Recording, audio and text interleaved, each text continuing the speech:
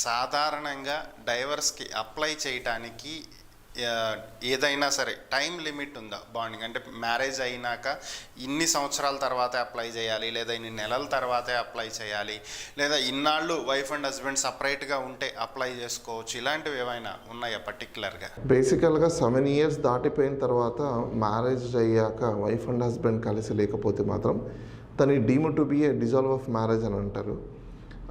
కలిసి లేకపోతే లేదు, వీళ్ళకి మధ్యలో మ్యారేజ్లో ప్రాబ్లమ్స్ వస్తున్నాయి, కలుస్తున్నారు, చేస్తున్నారు అనుకుంటే మాత్రం there is no such time limit అండి.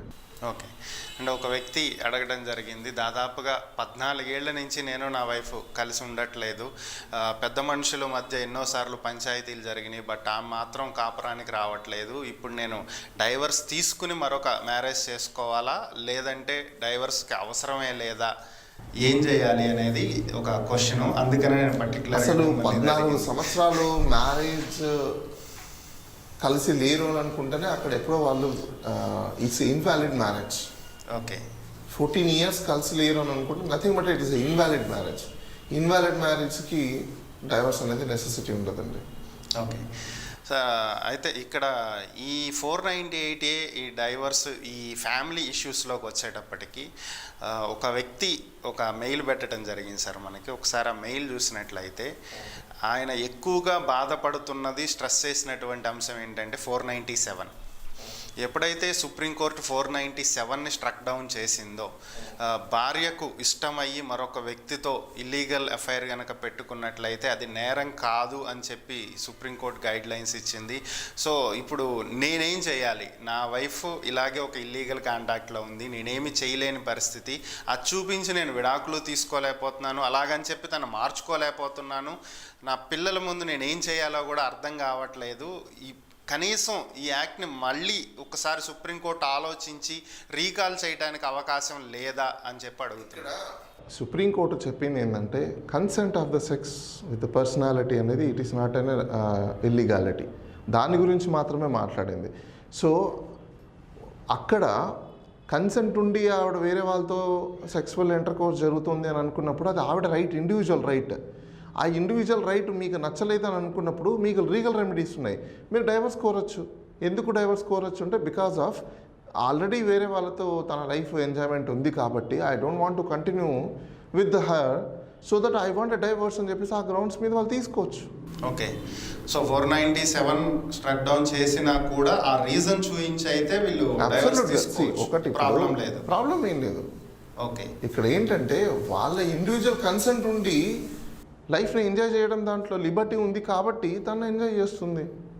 సో దాంట్లో ఎక్కడే కానీ మీకు రిస్ట్రిక్షన్స్ లేవు, వాళ్ళు డైవర్స్ తీసుకోవచ్చు. ఓకే. సో అయితే ఈ విడాకులు విడిపోవటం అనే విషయానికి వచ్చిన తర్వాత పిల్లల బాధ్యత జనరల్గా ఎవరికి ఉంటుంది? భార్యక, భర్తక, లేదా పిల్లల మీద డిపెండ్ అయి ఉంటుందా? వాళ్ళు మేజర్ అయ్యే వరకు వీళ్ళ దగ్గర ఉండాలి, తర్వాత వీళ్ళ దగ్గర ఉండాలి, ఇలాంటివి ఏమైనా కాన్సెప్ట్స్ ఉన్నాయి? బేసికల్ ఇక్కడ ఏమైపోతుందంటే అండి, కోర్ట్స్లో కానీ బయట కానీ లైఫ్ అనేది it is a completely mutual right. ఇక్కడ కాన్స్టిట్యూషన్ ఒకటి ఉంది, ఫండమెంటల్ రైట్స్ కొన్ని ఉన్నాయి. పిల్లలు ఎవరి దగ్గర నచ్చితే వాళ్ళ దగ్గర ఉంటారు. సో ఈ పిల్లలు మైనర్ అయ్యేంత వరకు రెస్పాన్సిబిలిటీ ఎవరు తీసుకోవాలనేది కూడా వీళ్ళ యొక్క డిస్కషన్లోనే వస్తుంది. సో కోర్టు డిసైడ్ చేస్తుంది, వెదర్ పిల్లల్ని అడిగి చేస్తుంది. పిల్లలు ఎవరి దగ్గర ఉండాలనుకుంటున్నారో చూసి దాన్ని బట్టి కోర్టు డెసిషన్ తీసుకుంటుంది. ఆడపిల్ల వాళ్ళు అనుకోండి ఫీమేల్ దగ్గర ఉంటే మంచిదని చెప్పేసి అని ఆడవాళ్ళ దగ్గర ఎక్కువ ఉంచడం అనేది జరుగుతుంది. అదే అబ్బాయిలు అనుకోండి మేల్ దగ్గర ఉంటే మంచిదని చెప్పేసి అని మేల్ దగ్గర ఉంచడం అనేది జరుగుతుంది. అంతేకానివ్వండి దీనికి మోర్ స్పెసిఫిక్గా వీళ్ళ దగ్గరే ఉండాలి లేకపోతే వాళ్ళ దగ్గరే ఉండాలి అని చెప్పేసి అని ఎక్కడ కూడా రూల్ లేదండి. Okay. Based on the grounds discussions వాళ్ళ నెగోషియేషన్స్ను బట్టి మార్చుకునే అవకాశం అయితే ఉంది. ఓకే. విడాకులు ఇచ్చిన తర్వాత ఆస్తిపాస్తుల విషయానికి వచ్చినట్లయితే భర్తకు తను సొంతంగా సంపాదించిన ఆస్తులు ఏమీ లేకపోతే, అనువంశిక ఆస్తులు అంటారు కదా, వంశపారంపర్యంగా వస్తున్న ఆస్తులు మాత్రమే ఉన్నట్లయితే అవి నేరుగా డైవర్స్ తీసుకున్నా సరే ఆ పిల్లలకి చెందుతాయా, లేదా ఇతను మరొక పెళ్లి చేసుకుంటే రెండో వైఫ్కి సంబంధించిన పిల్లలకి చెందుతాయా? ఈ ఆస్తి అసలు ఎవరికి డిస్ట్రిబ్యూట్? ఇక్కడ చాలా మందికి ఉన్న కన్ఫ్యూజ్డే. బేసికల్గా ఏంటంటే వంశపారంపర్యంగా వచ్చే ఆస్తులు ఏవైతే ఉంటాయో ఈ ఆస్తులు ఇప్పుడు మళ్ళీ ఇంకో పెళ్లి చేసుకుని పిల్లలు పుట్టారనుకోండి, ఎండ్ ఆఫ్ ద డే ఆ విల్లు ఏమైనా రాసున్నారా లేదా అనేది మోర్ ఇంపార్టెంట్గా మనం చూసుకోవాలి. Okay. విల్లు రాసి లేరనుకుంటే మాత్రం ఆస్తి అందరికి ఈక్వల్ షేర్ అనేది వస్తుందండి. ఓకే, మొదటి భార్య పిల్లలకి అందరికీ, రెండవ భార్య అందరికీ. పిల్లలకి అందరికీ అందరికి ఈక్వల్ ఈక్వల్ షేరే వస్తుంది.